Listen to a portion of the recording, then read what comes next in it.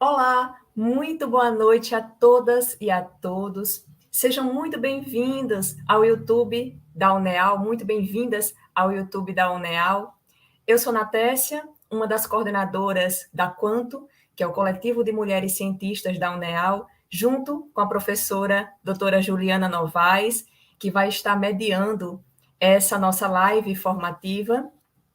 E aí, eu quero dizer, né, Ju, que é um grande prazer estarmos na nossa nona edição da Quantum.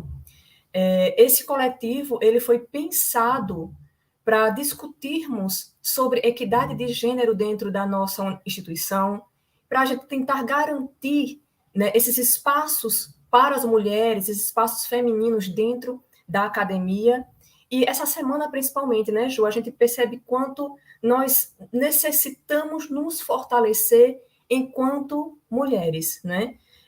E lutar para que a gente fique e lutar contra, na verdade, esse machismo e essa misoginia, né, que estrutura, infelizmente, a nossa sociedade, que é patriarcal, né? E aí, Ju, a gente tem uma convidada hoje que é muito especial, que a gente já vinha há um tempo tentando ajustar a nossa agenda com a dela, e eu queria muito que a Ju também se apresentasse agora, antes de chamar a nossa convidada de hoje, que é a Camila Paiva. Então, boa noite a todas e todos, né? Mais uma vez aqui nesse evento. Como a Natécia colocou, sou professora da Universidade Estadual de Alagoas, no Campo 5 do curso de Letras, e participante do Quanto. A nossa convidada de hoje, posso já apresentar, né? A Tenente Coronel. Pode, né? Pode. A nossa convidada de hoje é a Tenente Coronel Camila Paiva. Ela é a primeira oficial feminina do Corpo de Bombeiros Militar de Alagoas. Prestou o concurso para o Corpo, né, de Bombeiros em 2002, ano em que a mulher foi autorizada pela primeira vez a participar do concurso. Foi a primeira colocada no concurso, como também após 3 anos na Academia Militar em Pernambuco, concluiu o curso como primeira colocada, assim promovida segunda tenente, tornando-se a primeira mulher oficial da corporação. Em 2005, concluiu o curso de mergulho autônomo para guarda-vidas, também no Corpo de Bombeiros de Alagoas, sendo a primeira mulher mergulhadora na instituição. Concluiu também com louvor outros cursos operacionais, como o curso de salvamento veicular e o curso de salvamento ambiental. Em 2016, assumiu o comando do grupamento de incêndio, sendo também a primeira mulher a comandar uma unidade operacional em Alagoas. Em 2014, tornou-se presidente da Associação dos Bombeiros Militares de Alagoas, sendo a primeira mulher a assumir a presidência de uma associação militar mista no Brasil. Sempre engajada nas lutas de classe e na defesa dos direitos da mulher, foi uma das fundadoras do Comitê Nacional de Bombeiras Militares. Hoje está como presidente da Comissão Mulher Segura da Secretaria de Segurança Pública do Estado de Alagoas, que trabalha no desenvolvimento de políticas de segurança pública, na prevenção e combate à violência contra a mulher. Também desenvolve seu trabalho de defesa da mulher por meio das redes sociais e palestras em todo o país. Então, vamos chamar aqui, né, para Chamá-la, né? Pedir ela para ela colocar com a a gente. Coronel Camila Exato. Paiva. Camila, mais uma vez, a gente não tem nem como, não tem nem palavras para agradecer a você. Você sabe, assim, que você é um ícone para todas nós. Quando a gente fala em Camila Paiva, a gente fala nessa luta que você trava, né, contra o assédio moral, contra o assédio sexual, principalmente com relação ao empoderamento feminino. Eu quero dizer que você, Camila, me inspira, né, enquanto mulher, que muitas vezes quando eu me sinto insegura, até sobre o que eu vou lutar, sobre o que eu vou vestir, sobre o que eu vou falar, eu penso em você, eu penso na sua força, e isso me fortalece também. Então, assim, essa autoafirmação, né, que você nos ajuda a construir enquanto mulheres, essa segurança, né, com relação ao nosso corpo, com relação aos nossos posicionamentos, é com certeza um legado teu, e por isso, assim, que eu te admiro imenso, Camila. Que bom que deu certo, né, desta vez, da gente poder estar juntas, porque esse espaço é um espaço que é a sua cara, né? Então, assim, a gente vem lutando na academia eu sei que você está em espaços que são bem mais masculinos, né, e machistas do que uma universidade, por exemplo, né, uma instituição de ensino, mas não pense que aqui está isento dessas situações que você também passa dentro do círculo militar. Então, assim, é por conta disso que a gente quer lhe ouvir, que a gente quer ver como é que você vem trabalhando dentro da secretaria e toda essa sua luta para se firmar, né, e mostrar que você tem toda a competência para desenvolver o seu trabalho, como você desenvolve muito bem, e que nós mulheres podemos sim estar no local que a gente queira estar, né, e trabalhando da forma que a gente queira trabalhar. Então, muito obrigada, Camila, e vou te deixar com a Juliana na mediação, eu vou ficar aqui nos bastidores para ver o chat. Professora, obrigada, né? Primeiro de tudo, eu que agradeço, né? As palavras, eu até me emocionei, agradeço demais. A gente tem, a cada dia, né? Muitas vezes as mulheres falam isso, ai, Camila, o Coronel Camila, a senhora me inspira e tal. Eu falo, não, vocês são a minha inspiração, sabe? Uma inspirando a outra, uma fortalecendo a outra, porque não pense que não tem momentos em que a gente fala, meu Deus, eu não acredito, ai, eu estou cansada. Tem esses momentos, mas são palavras, né, como essa, professora, que na TSA, como outras que a gente recebe, que faz com que a gente siga em frente, faz com que a gente não desista, porque é um sistema, e o sistema é bruto, como diz a história, o sistema é bruto. E você está enfrentando um sistema, não é fácil. Então, quando a gente vê outras mulheres, vê que a gente não está sozinha, que outras mulheres estão ali dando aquele suporte e apoio, eu sempre digo, se eu cheguei onde cheguei, foi porque outras mulheres fortes estiveram lá ao meu lado, é, me impulsionando, me motivando, me inspirando também. Então, eu que agradeço. E para mim é um prazer enorme, é uma alegria enorme estar aqui, que a gente possa estar compartilhando esses momentos de aprendizado, né, de conhecimento, e todas nós crescermos juntas com isso. Bom, Camila, eu também gostaria de agradecer bastante a sua participação, que é de muita importância para a gente poder escutar, né, outras vozes femininas em outros ambientes, fortalece muito, como a própria Natércia colocou. E então, para a gente iniciar um pouco, né, conte um pouco da sua história, como é que foi entrar na academia, né, no Corpo de Bombeiros, como que se deu isso, como que você ficou sabendo desse concurso, como você decidiu participar, né, de um concurso e entrar para um ambiente tão masculino, né, porque tem esse, né? Vocês estão me ouvindo bem aí? Então, O som está tranquilo? Tá tranquilo. Então, eu tinha apenas 18 anos quando abri o concurso. Pela primeira vez, a mulher pôde, apenas em 2002, a mulher pôde concorrer, né, ao concurso, como já foi falado aí. E meu pai era militar, era bombeiro, e ele disse assim, ó, Camila, vai abrir pela primeira vez, a mulher vai poder fazer o concurso para ser oficial, e vai ser pela UFAL, vai ser pelo vestibular da UFAL, e faço o concurso e tal. Eu não tinha muita ideia, apesar de meu pai ser bombeiro, né? Ele também tem outra profissão, ele também é médico. Então, ele se dedicava também à medicina, então ele não trazia muitas coisas do quartel para casa. Então, eu não tinha muita ideia o que seria ser um oficial do Corpo de Bombeiros, né?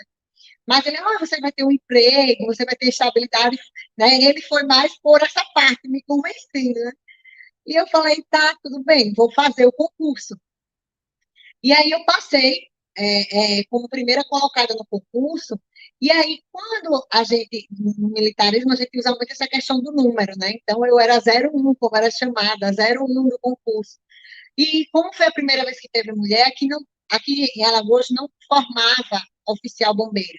A gente tinha que ir para outro estado. Então a gente foi fazer academia, 3 anos, internato, lá em Pernambuco. Então, muitas vezes a gente passava um mês sem vir em casa, eu nunca tinha ficado longe dos meus pais, longe da minha família, e era a primeira experiência que eu ia ter, e saindo do mundo civil. Quando cheguei lá, foi um choque, em vários aspectos, e pelo fato de eu ser 01, eu tinha dois desafios, né? Um por ser 01, porque 01, né? Quem já assistiu aquele filme Tropa de Elite já sabe mais ou menos como é, porque é tudo 01 faça isso, 01 faça aquilo. O 01 é o representante da turma, é aquele que responde pela turma, é ele o espelho da tropa, como a gente diz. Então, toda atividade que tinha que fazer, eu tinha que ser a primeira. E pelo fato de ser mulher, né, tinha mais um desafio, porque sempre era questionada o fato de que, por eu ser mulher, será que eu ia conseguir? Será que eu ia ter a capacidade? Será que eu ia ter coragem de entrar no mar e tirar uma vítima? Entrar numa casa de fumaça, fazer um resgate, combater um incêndio, fazer um rapel? Então, pular na caixa de salto, né, que é uma plataforma parecida com aquela de Olimpíadas, a gente chama caixa de salto, e a gente tem que saltar lá de cima. Então, todas essas atividades, eu era 01, eu tinha que ser a primeira a fazer, eu tinha que dar o exemplo. E foi a primeira vez que eu comecei a ver, assim, a entender o peso, né, do machismo, porque você é adolescente e muitas vezes você não entende, principalmente há 20 anos atrás, a gente não discutia como a gente discute hoje essas questões. E aí, e quando eu fazia as atividades, os meninos sempre ficavam, não, agora a gente tem que fazer, porque a Camila fez, a gente não pode ficar por baixo. E aí eu sempre tive esse meu jeito, eu sempre fui muito extrovertida, muito afetiva, muito vaidosa, muito expansiva. E quando eu cheguei na academia, uma amiga minha que já tinha sido militar, ela chegou para mim e falou assim, olha, amiga, não dá para você ser como você é. O seu jeito, não dá para você ser desse jeito. E eu falei assim, mas por quê? Qual o problema do meu jeito? E ela falou assim, é porque mulher no quartel ou é puta ou é sapatão. Então, se você for desse seu jeito, toda sorrindo para todo mundo, simpática, vão dizer que você é puta, que você está dando ousadia para os homens e tal. E se você fechar sua cara, não der ousadia para ninguém, vão dizer que você é sapatão. E a partir daí você já começa a entender que foram colocados impostos rótulos que não foram criados por nós, né? Não foram criados pelas mulheres. Até porque as instituições militares, elas foram criadas pelos homens e para os homens. E eles criaram esses rótulos, e eles impuseram esses rótulos. Mas na época eu não tinha esse entendimento que eu tenho hoje. E eu falei, e agora? Eu não sou nenhuma das duas, o que é que eu vou fazer? Eu vou... Mas como para mim ser homossexual, né? E eu usei esse termo até sapatão, que para muita gente é pejorativo, porque eu estou reproduzindo o que eu vi exatamente isso à época. Eu falei, então, como ser homossexual não tem problema, partiu ser sapatão, né? Vou ser sapatão a partir de agora, porque eu não quero ser difamada, enfim. E aí eu fui mudando completamente o meu jeito de ser, a forma de falar, a forma de tratar. E durante os 3 anos, né, vários desafios a gente enfrentou, mas eu consegui terminar o curso também como primeira colocada no curso. Então, como eu fui primeira colocada, eu fui logo promovida a tenente. E fui a primeira oficial da corporação. Na minha turma eram 3, mas como eu fui a 01, eu fui logo promovida, e o resto da minha turma ficou 1 ano como aspirante, né? Foi tipo um estágio probatório que a gente tem também no meio militar. E aí, quando eu voltei da academia lá de Pernambuco, existia toda aquela expectativa. É a primeira oficial feminina. Camila, tome cuidado com a sua postura. Camila, tome cuidado com o seu comportamento, com o que você usa, com o que você fala. Tudo, né? Por quê? Porque tem as outras militares, vão estar ali olhando, você vai ser espelho. E aí eu voltei da academia, eu casei, tive filhos, eu era evangélica, né, fui por quase 20 anos, e tudo isso trazia consigo várias caixinhas, né, como a gente fala. Então, a questão de ser a primeira oficial feminina, a questão de ser uma mãe, uma esposa, uma dona de casa, a primeira oficial, então, ser evangélica, e isso se foi trazendo para mim vários padrões que eu pensava o seguinte, não, eu escolhi isso para a minha vida, esses papéis sociais, então eu preciso desempenhar os papéis sociais como estão postos. E eu fui vivendo a minha vida dessa forma, né? Anulando quem eu era para atender a expectativa, né, das pessoas, do meu trabalho, da minha família, da minha igreja, socialmente.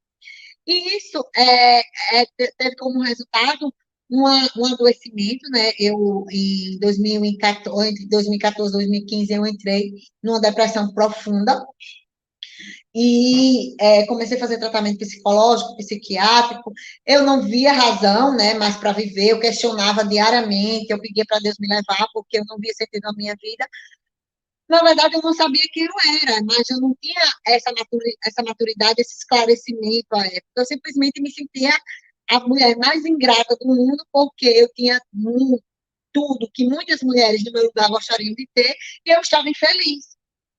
E aí eu comecei a adoecer, eu perdi o prazer de fazer tudo que eu tinha, né, do meu trabalho, de atividade física, de momentos de lazer, entrei em crise no meu casamento, enfim, todas as áreas da minha vida, principalmente na área espiritual.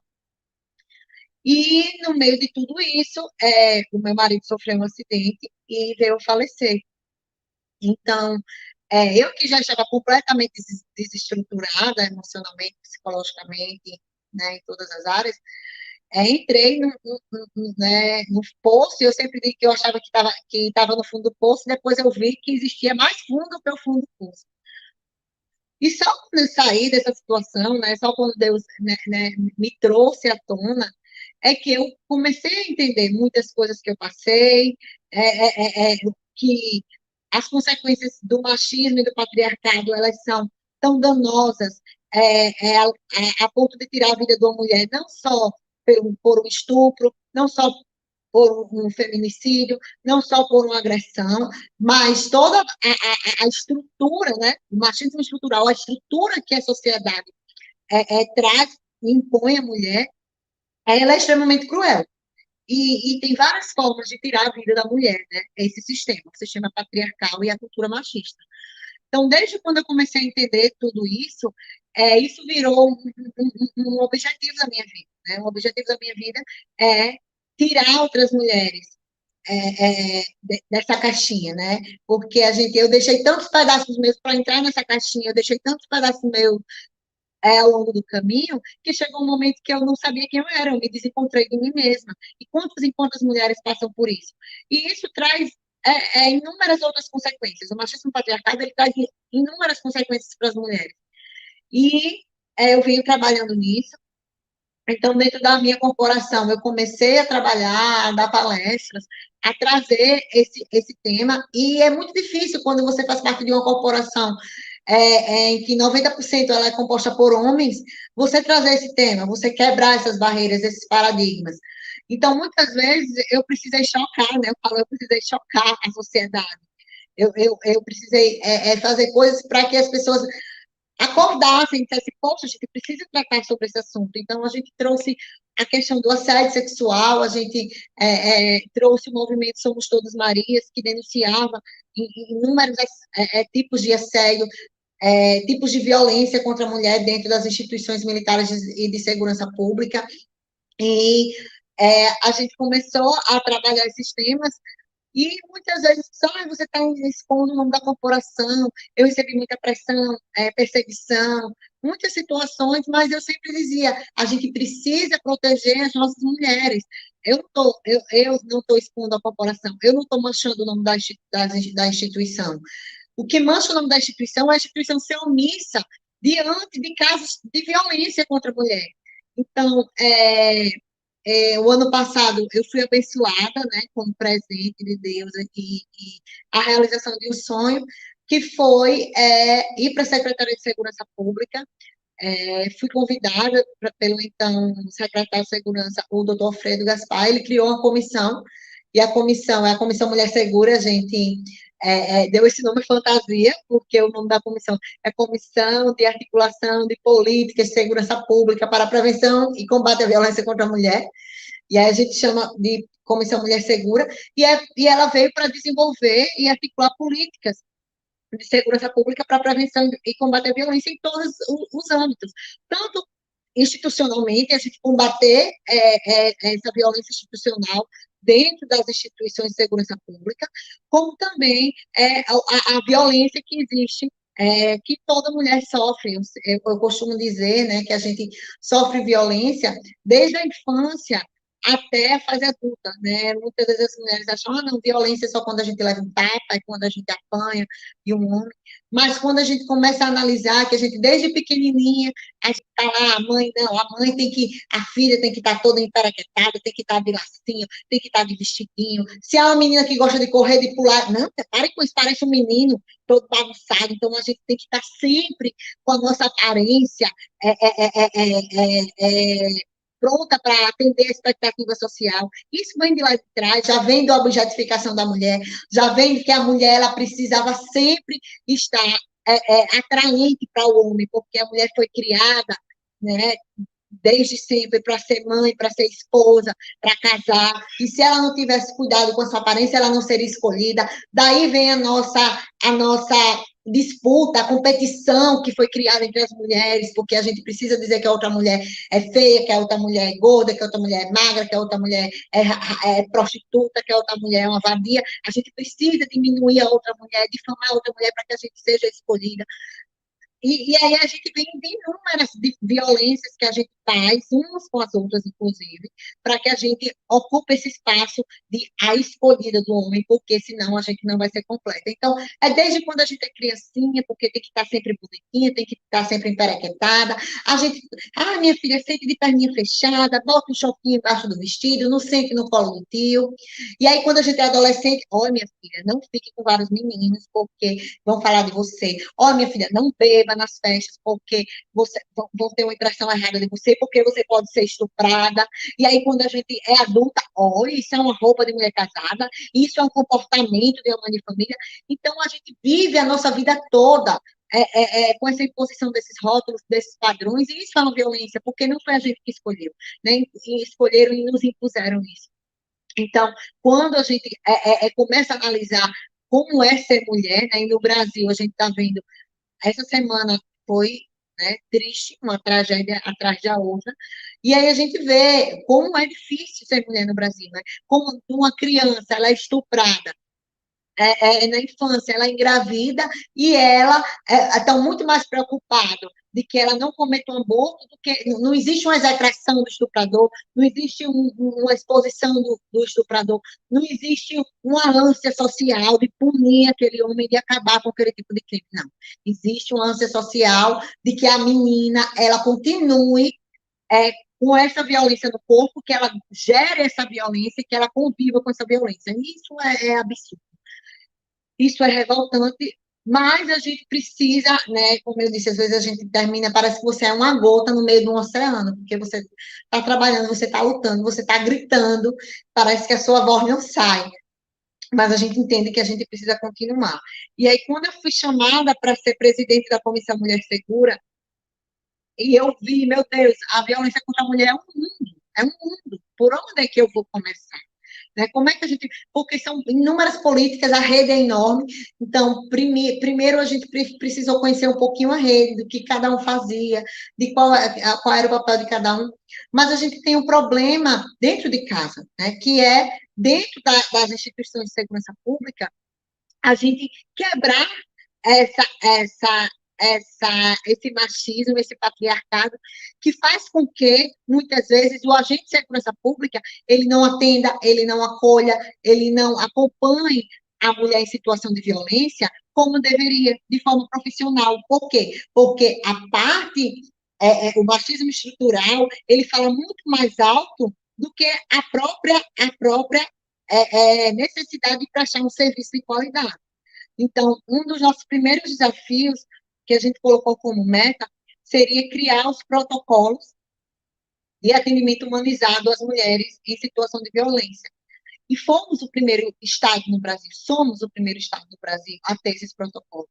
A gente pesquisou em vários estados, alguns estados eles têm, a Polícia Militar tem, mas a Polícia Civil não tem, outro estado, o Bombeiro tem, e a Polícia Civil tem, mas a Polícia Militar não tem. E nós somos o primeiro estado que nós criamos esse protocolo, tiveram representantes de cada instituição. Aqui em Alagoas, a segurança pública ela é composta pela Polícia Civil, pela Polícia Militar, Corpo de Bombeiros e a perícia oficial.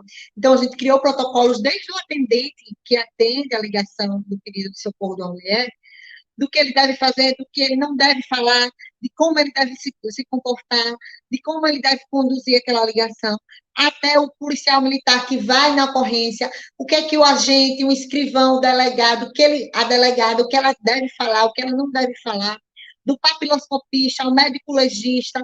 Então, foi criado protocolos para todos os agentes de segurança pública que estão envolvidos no enfrentamento à violência contra a mulher. E ele foi publicado no Diário Oficial, e agora nós estamos na fase de capacitação, porque não adianta a gente ter um protocolo quando ele não é seguido, quando ele não é posto em prática. E uma das maiores queixas que a gente tem ainda, das mulheres em situação de violência, é justamente esse, porque a segurança pública ela está envolvida em todos os passos, em todas as fases, né, desse atendimento a essa mulher. Então, agora a gente está numa fase de capacitação e são 10 mil agentes de segurança pública, é muita gente para a gente capacitar. A nossa comissão ela é composta apenas de 5 pessoas e nós temos um estado inteiro para atender, para capacitar, mas é necessário. A gente só vai mudar essa situação com a educação, com a discussão, é quando a gente começar a entender as raízes da violência contra a mulher. Então, a gente sempre, na nossa capacitação, a gente sempre traz a raiz da violência, como surgiu a nossa sociedade, como foi que o machismo, como é que o machismo alimenta, como é que essa cultura alimenta o sistema patriarcal, e como é que a gente precisa mudar isso. Então, nosso principal trabalho, nosso principal desafio esse ano, porque a gente tem um ano de formado, a comissão, e durante esse primeiro ano a gente trabalhou justamente nessas criações de protocolo, a gente criou o mapa da violência pela primeira vez em Alagoas, a gente conseguiu criar um mapa da violência contra a mulher aqui no estado, porque uma das nossas maiores dificuldades era ter números, era ter estatísticas. Então, como é que a gente vai criar políticas efetivas se a gente não tem dados, se a gente não sabe como é que está distribuída a violência no nosso estado? Então, a gente conseguiu fazer por bairro, por município, recorte de raça, né, recorte de idade. A gente fez um documento muito bom, muito completo, com toda a parte conceitual dos tipos de violência, toda a parte legislativa das legislações mais atualizadas que tratam sobre isso. E está no site Mulher Segura, SSPAL. Então, é só colocar aí no nosso Instagram também, Mulher Segura. Entra lá, já tem um link na nossa bio, vai direto para o site. Então, chegando lá no site, você procura lá material de apoio, cartilhas, e aí você vai ter acesso ao mapa da violência e a todos os protocolos. Nós também criamos uma cartilha informativa com várias informações necessárias, e com a rede, porque muitas vezes, como é o fluxo da rede? A mulher sofreu uma violência, o que é que eu faço? Eu ligo para a polícia militar, eu vou na delegacia, eu vou primeiro para o ML para fazer o exame de corpo de delito, eu vou para o hospital. Então, muitas vezes, a própria mulher ou aquela pessoa que denuncia, ela não sabe como é que o fluxo funciona. Então, a gente criou essa cartilha também para trazer essas informações, e está lá também tudo no nosso site. Então, no nosso primeiro ano, a gente trabalhou muito nessa questão, e agora a gente está fazendo com que esse material, ele seja na prática utilizado pelos agentes de segurança pública, e a gente possa dar um atendimento de qualidade, um atendimento humanizado, sem revitimizar aquela mulher que já sofreu tanta violência. E a gente já iniciou esse trabalho, e a gente também faz esse trabalho nas comunidades, a gente vai também nos municípios, a gente apresentou recentemente para o Poder Legislativo, lá de Santa Luzia do Norte, para todos os vereadores, o mapa da violência, trouxe essa discussão, porque o Legislativo e o Executivo precisam trabalhar junto na criação de políticas, na criação de legislação. Hoje a gente, infelizmente, ainda não tem um abrigo estadual para abrigar mulheres em situação de violência. Então, a gente ainda tem muito que caminhar, e o nosso trabalho na comissão é contribuir para que a gente possa realmente, enquanto Estado, dar o suporte a essa mulher, né? Dar essa suporte a essa mulher que quer sair da situação de violência. E isso é um resumo, um pequeno resumo, né, do nosso trabalho, da minha história e do trabalho que a gente está desenvolvendo hoje. E eu tenho ficado muito feliz, porque é uma oportunidade que eu jamais teria, né? Era um sonho de trazer essa discussão de fazer isso. Eu jamais conseguiria fazer isso se a gente não tivesse ocupado esse espaço que a gente ocupa hoje. Então, como é importante a gente estar nesses espaços de decisão, nesses espaços de poder, como é importante a gente também ter homens que entendam isso, né? Porque eu sempre é importante que a gente entenda que o feminismo, que a luta feminista, ela é uma luta por equidade. E todo ser humano que entende que a sociedade ela precisa ser equânime, os homens e mulheres eles precisam ter os mesmos direitos, as mesmas oportunidades, o mesmo respeito. Então, todo mundo que entende isso, ela é um apoiador do feminismo. Então, é, é, é importante porque a gente teve um secretário que entendeu essa importância e nos deu essa chance de estar lá ocupando esse espaço e fazer esse trabalho. Então, para mim, é muito gratificante e a gente continua, né? Continua fazendo com todos os desafios, mas a gente continua trabalhando. Eu já falei tanto, minha gente, ó, já tem 40 minutos, misericórdia, porque eu... Mas assim, que trabalho lindo, é um trabalho lindo, assim, e tão necessário, né? É triste ter que, em pleno século XXI, tá debatendo e tendo que mostrar, né, a necessidade dessa equidade, mas é um trabalho muito importante, muito lindo, assim. E olha que eu me emociono, sabe, professora Mas Juliana? é Eu me emocionante. emociono. Quando eu entro numa capacitação, numa palestra, eu vejo aquela sala cheia de militares, onde tem 99% homens, e eles estão lá ouvindo, e a gente está falando, a gente está explicando, e eles estão lá. Pode ser até que muitos não concordem, muitos não estejam nem ali, mas assim, eles têm que ouvir. Então, essa discussão está sendo levada, e isso já é um passo muito importante, que nunca houve aqui no nosso estado. Então, para mim, isso já é uma vitória tremenda. É uma vitória tremenda, com toda certeza, não tenho a menor dúvida dessa vitória. E exatamente eu queria, nesse ponto, que você falasse um pouco mais, explicasse um pouco mais como é que funciona, como é que tem funcionado essa formação, como é que se dá esse protocolo, né? Qual que é a preocupação maior de vocês e como é que vocês têm percebido o efeito disso? Se vocês já conseguem, né? Quanto tempo que está em prática e se já conseguem observar qual é o efeito. E aí também uma outra coisa, que você falasse o site novamente, para eu tentar colocar em destaque, porque falou mulheres, e eu não consegui pegar, eu fui procurar e não achei. A gente colocar em destaque aqui para quem quiser buscar as informações, né, para pesquisar. Mulher Segura SSPAL, www.mulhersegura SSPAL.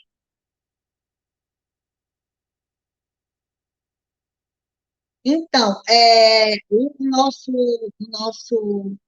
o protocolo ele foi publicado em março desse ano, a gente conseguiu publicar no Diário Oficial, e desde então a gente vem fazendo essas capacitações. A gente iniciou pelos teleatendentes do 193, que é o telefone do Corpo de Bombeiros, porque muitas vezes entra ocorrência, né, de mulher vítima de agressão pelo 193, precisando de socorro, precisando de atendimento pré-hospitalar, de transporte médico, e pelo pessoal do 90, que são os teleatendentes da Polícia Militar. Então, a gente iniciou por isso, porque é a porta de entrada, né? E aí é a porta de entrada que a gente recebe, né, essa demanda, esse chamado, esse pedido de socorro. E aí a gente iniciou com esse trabalho e a gente também está passando agora pela cúpula das instituições. Já passamos para os oficiais do Corpo de Bombeiros, temos marcado para o oficialato superior da Polícia Militar e para os delegados da Polícia Civil e, posteriormente, para a perícia oficial. Então, inicialmente, a gente está trazendo, porque a gente precisa que haja uma mudança de cultura, uma mudança de educação mesmo, que ela precisa vir do topo, porque se aqueles que são gestores, aqueles que estão à frente da corporação, eles não entenderem essa necessidade, não adianta a gente ir para o soldado e para aquele que está na atividade fim e falar daquilo, se a gente não tiver o apoio daqueles que estão como gestores que estão à frente, que são os líderes das instituições. Então, a gente já iniciou essa capacitação, então a gente apresenta os protocolos, eles estão tanto no nosso site, quanto eles estão publicados no Diário Oficial, e toda a população, ela também tem que ter ciência, porque ela tem que ter é, é, esse conhecimento dos direitos dela. Eu tenho que ser atendida de tal forma. Eu não posso chegar... Por exemplo, eu vou trazer um exemplo que a gente não tinha disciplinado em um regulamento interno, vamos dizer assim. Por exemplo, apesar de ter na Lei Maria da Penha, mas um exemplo, uma mulher ela é vítima de violência, ela sai de casa, ela foge do agressor, e aí ela deixou materiais pessoais, ela deixou documentos, ela deixou seus pertences, suas roupas, documentos dos filhos, e como é que essa mulher ela vai voltar para pegar esse material enquanto, não, ainda está tendo inquérito, vai esperar ter o inquérito, vai esperar ter o julgamento para dizer se o homem é culpado ou não, e como é que ela vai pegar esse material dela se ela tem medo, se ela está ainda exposta, ela está numa situação vulnerável. Então, a polícia militar, ela tem a obrigação de disponibilizar uma guarnição para fazer essa escolta dessa mulher. E era algo que não estava disciplinado. Eu estou trazendo um exemplo, né, do que o protocolo está trazendo. Ele está trazendo pontos que são vulneráveis no acolhimento, no atendimento a essa mulher, e que precisa ser feito. Que precisa estar regulamentado para que a mulher também ela tenha ciência do direito que está disposto para ela, para que ela, eu não vou mandar mais, porque tá regulamentado isso, entendeu? Então, a gente trouxe várias situações, vários pontos que ainda eram, vamos dizer, vácuos de atendimento, né? Então, o que é que, muitas vezes, a gente é humano, e a gente é criado nesse sistema. Muitas vezes, o próprio agente de segurança pública, a mulher chega lá, o que é que você fez para ele lhe bater? Entendeu? Então, muitas vezes, a gente tem relatos de situações de que o próprio agente de segurança pública se coloca de uma forma não profissional. Ele deixa que o machismo, o patriarcado, a cultura falem mais alto do que o seu profissionalismo. Então, os protocolos, eles vieram para disciplinar isso, para trazer essa mudança de cultura, para fazer o agente de segurança pública refletir e para que ele cumpra o seu papel profissional, né, separadamente das suas convicções, dos seus achismos, da sua formação cultural. Então, esse protocolo, ele vem justamente para subsidiar a mulher, para que ela, desde quando ela atendia no telefone, até no final do atendimento lá, quando ela vai para o médico legista e faz o exame de corpo de delito, até quando ela termina lá, ela passe por toda essa fase sem ser revitimizada, né, sem ser exposta, sem ser questionada, e tem um atendimento realmente humanizado e profissional desses agentes. Então, isso é o nosso maior desafio que a gente está fazendo hoje, né? Porque a gente precisa capacitar, e nessa capacitação são palestras, são instruções, são treinamentos, para que a gente mude toda essa educação, toda essa cultura, e que os agentes entendam essa necessidade. É uma parte de sensibilização também, entendeu? Então, isso é um trabalho pioneiro aqui no nosso estado e no Brasil também é um trabalho pioneiro e a gente está muito feliz por isso. Eu passei por muitas situações, né, eu pessoalmente, desculpe, eu passei por muitas situações de machismo dentro da corporação, né? Em um certo momento, inclusive foi até engraçado, porque desde quando eu comecei a entender o machismo que eu sofri, a violência que eu sofri, e que eu decidi ser quem eu era e fazer o que eu tinha vontade, e foda-se o mundo, desculpa a expressão, mas foi isso que eu decidi, porque eu senti na pele, não era mimimi. O machismo não é um mimimi, não é uma frescura. Eu senti na pele, eu quase morri por tentar me adequar a essa sociedade machista e misógina. Então, eu decidi ser quem eu queria ser.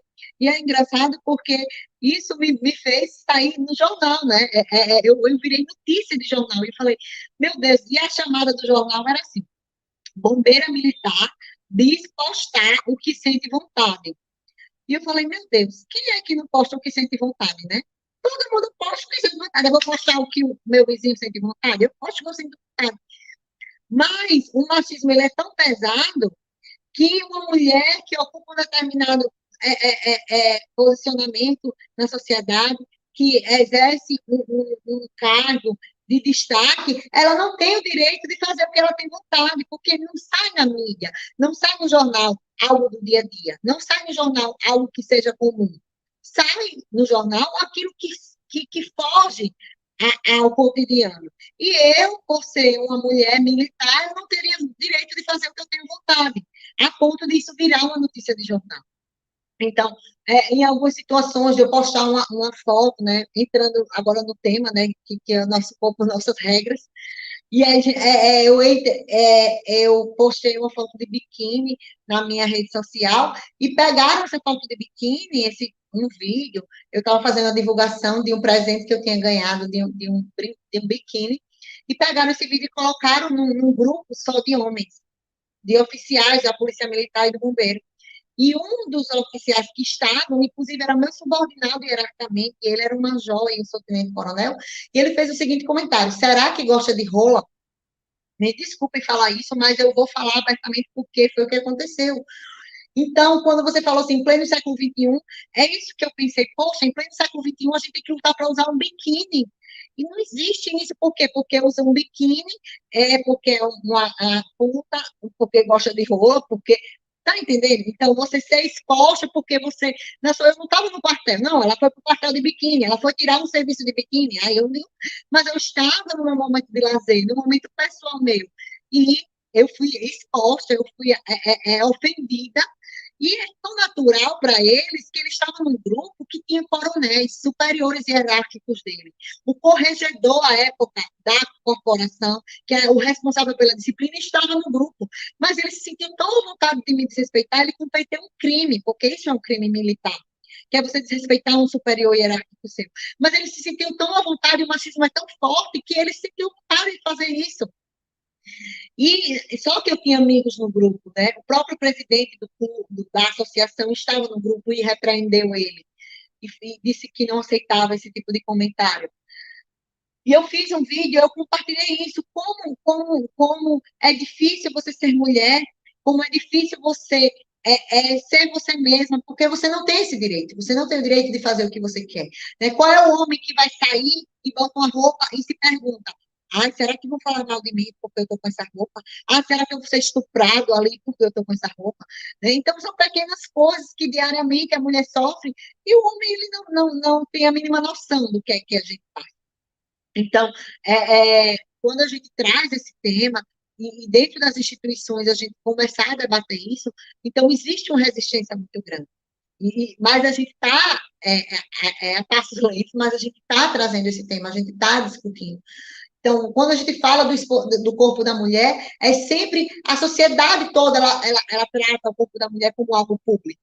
Né? Então, a ponto de uma mulher estar andando de bicicleta na rua, como a gente viu recentemente na imprensa, e passa um homem, dá um tapa na bunda da mulher, que a mulher cai da bicicleta, capaz de vir um carro matar a mulher atropelada. Por quê? Por que a mulher, por estar ali, ela está fazendo atividade física, o homem ele se sente no direito, né, de ter acesso ao corpo da mulher, de violar o corpo da mulher. Então, isso fala muito de como é a nossa sociedade. O caso dessa menina que foi estuprada, que estava grávida, que a juíza e a promotora queriam proibir o aborto, que ela fizesse o aborto, que ela tirasse essa marca dessa violência.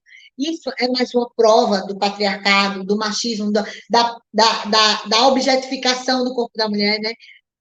De que o corpo da mulher é um objeto e é de propriedade do homem de todos. Todos falam, até na nossa aparência, que a mulher está gorda, que a mulher está magra, que a mulher está com celulite, e que tudo que diz respeito ao corpo da mulher, ele é um assunto público, ele é de propriedade de todos. Então, existem sempre essas discussões, porque a mulher tal, porque a Anitta expõe um pouco, porque a Luísa Sonza expõe um pouco. O corpo da mulher e a sexualidade da mulher, ela sempre foi extremamente reprimida. Ela sempre foi oprimida nesse quesito. Então, quando a mulher ela se liberta e ela decide colocar usar o corpo dela da maneira que ela quiser, ela vai ser sempre oprimida, ela vai ser sempre reprimida, ela sempre vai ser criminalizada. Enquanto eu tenho exemplos, né, justamente porque o meu, na minha corporação, tem inúmeros homens que postam fotos de sunga, fotos sem camisa, treinando crossfit, e eles nunca viraram assunto. Eles nunca viraram tema de discussão, de polêmica ou de debate. Sempre foi visto como uma coisa natural. Mas a mulher ela não pode fazer isso. Né? A mulher não é aceito que ela tenha o poder sobre o corpo dela. Não é aceito que ela faça do corpo dela o que ela sente vontade. Então, são esses desafios diários que a gente enfrenta e que dificulta, né, a nossa evolução enquanto sociedade. Enquanto estava falando, é interessante, eu fui já me lembrando de tantos casos bem recentes, né? Não só falando dos casos dessa semana da promotora também, que foi agredida no próprio ambiente de trabalho, mas me lembrei muito da Mariana Ferrer, não sei, acho que tem uns 2 anos, né? Uns 3, em que o juiz, inclusive, né? No meio da audiência, acusa ela, né? Como se ela fosse culpada. E ele expõe a vida pessoal dela, né? Então, eu tenho uma amiga que é juíza militar da Justiça Federal, doutora Mariana, e ela falou em várias audiências que dentro das instituições militares que aconteceu um assédio, e o advogado ele tenta usar isso. Pega fotos da menina de biquíni, mas quantos parceiros você já teve? Mas você posta foto de biquíni, como se... E ela sempre indeferia essa pergunta. Não, essa pergunta ela não cabe, ela é indeferida, porque não tem nada a ver com o caso. Mas, assim, é muito comum isso acontecer, é muito comum. E, assim, o quão importante é isso, porque quantas mulheres não procuram ajuda porque ao chegar numa delegacia ou ao chegar, né, no ambiente, no Estado, né, porque ela vai buscar no Estado essa ajuda. E essas pessoas que estão ali representando o Estado acabam acusando ela, né? Falando, mas você também está lavando roupa. Então, muitas vezes ela é desencorajada por não acreditar no sistema, por não acreditar no Estado. Dentro das instituições militares acontece a mesma coisa. Muitas mulheres, elas não denunciam assédio, porque termina que, no final, ela é punida, ela é prejudicada. A gente tem um caso recente da Jéssica, soldado Jéssica, da PEMESP, e um coronel assediou ela. E ela tem áudio, ela tem conversa gravada, ela tem várias provas, ela tem tudo. Mas, no final de tudo, o que aconteceu, ela precisou pedir exoneração, porque ela passou a ser perseguida, ela começou a ser execrada, ela começou a ser hostilizada dentro da instituição. Ela não se sentia nem mais segura dentro da instituição de ir para uma ocorrência e simularem uma ocorrência e fazerem alguma coisa com ela. Ela não se sentia mais insegura. Então, imagine que é você ter um sonho, né? Então, a gente que enfrenta essa profissão, sabe como é difícil você estudar, passar no concurso, passar pelas fases, o teste físico, teste psicológico, o curso, que é extremamente difícil para uma mulher, e aí simplesmente você tem que abrir mão do seu sonho, você tem que abrir mão da sua profissão, você tem que abrir mão do seu sustento, porque simplesmente o homem queria transar com você e você não podia recusar, sabe? Isso é muito triste, é muito triste. É uma coisa que me toca profundamente e que também não me deixa desistir, sabe? Porque são muitos casos, são muitas situações que a gente percebe o sofrimento dessas mulheres. Quando a gente trouxe o movimento Somos Todas Marias, eu recebi mais de 300 relatos de mulheres do Brasil todo. Primeiro foi só das mulheres de instituição de segurança pública, depois foi de todas as instituições, era professora, era enfermeira, era personal trainer, profissional liberal, todo tipo de mulher trazendo seus relatos. Então, mulheres que foram estupradas, né? Que tiveram tentativa de estupro dentro do quartel, estupro de serviço. Do homem tentar botar uma fita na boca dela, amarrar ela e tirar a roupa dela para tentar estuprá-la dentro do quartel. O que aconteceu? A mulher é louca, foi um surto. Das mulheres sendo filmadas enquanto tomavam banho, mulheres que que estavam grávidas e diante de tanta perseguição e de tanto assédio chegou a perder o bebê. O que se separaram dos seus maridos por causa de tanta... Mulheres que tentaram suicídio. Então, assim, é muito danoso essa cultura, né, esse machismo, essa objetificação, essa apropriação do corpo da mulher por parte da sociedade do homem é muito cruel. É muito cruel e é um trabalho longo e árduo que a gente precisa continuar, né, que é combatendo essa realidade. Bom, a gente já está caminhando para o final já, né? Mas eu queria que você deixasse um comentário, dissesse, né, para as mulheres o que fazer, porque esses casos são tão comuns e muitas das vezes não percebem, muitas vezes, ou muitas vezes também não sabem nem aonde procurar, o que fazer, né? E também não sabem lidar, às vezes não tem o apoio. Então, assim, quando você fala que você entra aos 18 anos, eu imagino que quando você estava com 18, 20 anos, você não havia percebido todo esse assédio. Você só veio perceber depois disso, depois de determinadas Não, depois que eu sofri, né? depois que eu quase morri, depois de muitas vezes eu ter reproduzido esses comportamentos, entendeu? E de ter feito a mesma coisa com outras mulheres, porque eu não sabia, porque eu fui ensinada daquele jeito, porque o nome do curso é curso de formação, e eu fui formada daquele jeito. Então, eu entendia que aquilo era o certo, eu tive que sofrer na pele, né? Foi muita dor, né? Porque eu tive que passar para entender. Eu costumo falar sempre que o machismo é uma piscina, né? E que estamos todos dentro dessa piscina. Eu ouvi essa frase e para mim ela é perfeita, porque estamos todos dentro dessa piscina. Só que uns estão só molhando os pés, outros estão com água até o joelho, outros com água até a cintura, outros água até o pescoço, e outros completamente mergulhados. Eu já estive mergulhada nessa piscina. Então, eu até digo para outras mulheres, não tenho raiva de mulheres que reproduzem o machismo. Vamos ajudá-las a saírem da piscina, porque hoje a gente está saindo dessa piscina, mas tem muita mulher que ainda está lá, vamos estender a nossa mão. Ela foi criada daquela forma, ela aprendeu que aquilo era correto. Há alguns anos eu estava também totalmente mergulhada na piscina.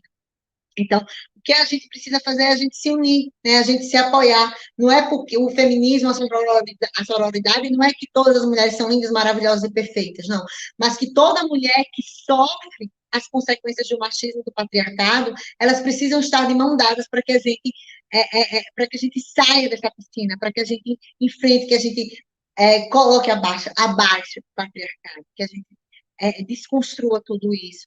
Então, que nós nos vejamos umas às outras não como adversárias, mas como irmãs, como vem a palavra soror, né, que vem de irmãs, mas que a gente entenda que todas nós estamos passando por isso, que todos nós somos submetidas. Já basta toda a opressão e toda a violência que a sociedade nos impõe, que nós não sejamos mais uma opressora de uma outra mulher, mas que a gente estenda a nossa mão, que a gente que a gente coloque o nosso ombro à disposição para que a gente possa juntas enfrentar tudo isso.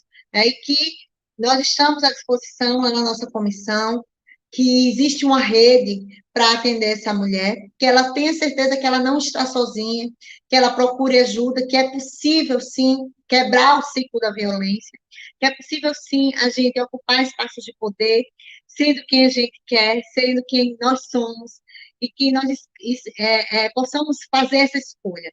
E a frase que eu quero deixar, que é a frase que marcou a minha vida, que, apesar de hoje eu me sentir uma mulher livre, eu sei quem eu quero ser, eu sempre digo que eu não sou livre enquanto outra mulher for prisioneira, mesmo que as correntes dela sejam diferentes das minhas.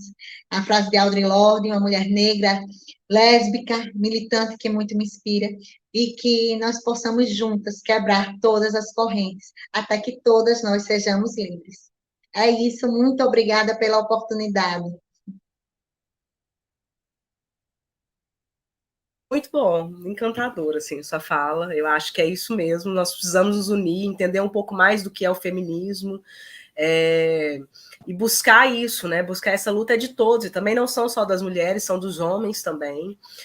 Tem um livro da Nancy Fraser que eu gosto muito, que é Feminismo para 99%, e ela vai falar dessa importância desse feminismo, não só para a vida das mulheres, mas como isso melhora também a vida de toda uma sociedade, né?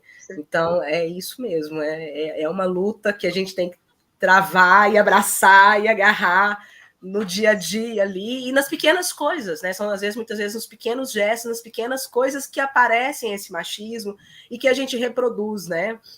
Então, Exato. E eu deixo essa dica para as mulheres, né, que querem estar nessa luta, que é justamente essa, é ler, é estudar. A gente está num momento muito delicado, político, em que algumas palavras até foram demonizadas, né? Então, a gente precisa estudar. Eu sempre digo, conhecimento é empoderamento.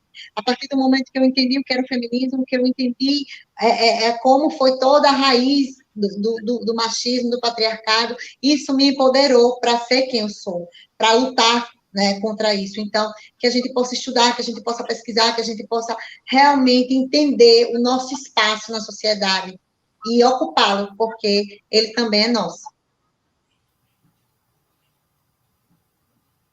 Camila, te agradecer imensamente. Vou passar a palavra para a Ana Tércia.